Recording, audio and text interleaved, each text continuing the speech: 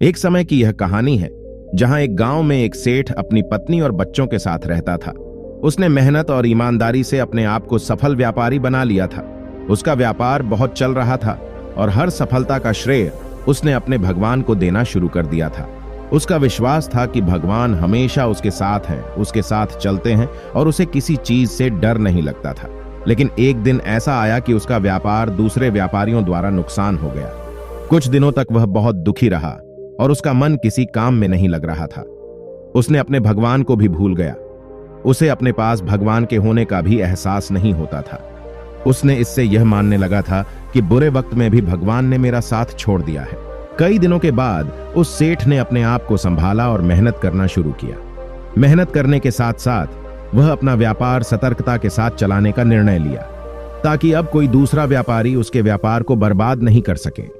धीरे धीरे उसके व्यापार में पहले से भी ज्यादा मुनाफा होने लगा। व्यापार का मुनाफा होते ही अब वह फिर से अपने भगवान को महसूस करने लगा। उसे लगने लगा कि भगवान फिर से उसके साथ हैं, लेकिन वह अपने भगवान से रूठा हुआ था। वह कह रहा था, जब मेरे दिन बुरे चल रहे थे तब आपने भी मेरा साथ छोड़ दिया था, जबकि उस वक्त मुझे आपके साथ की बहुत ज्यादा जरूरत थी।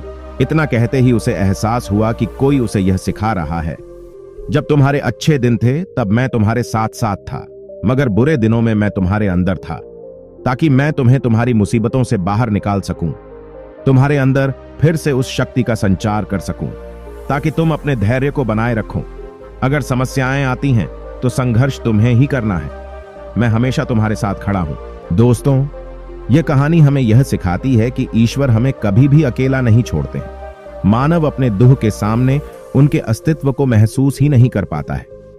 हमारे भगवान हम सभी के साथ हैं और वे अपनी उपस्थिति को किसी ना किसी रूप में हमें पहुंचाते रहते हैं।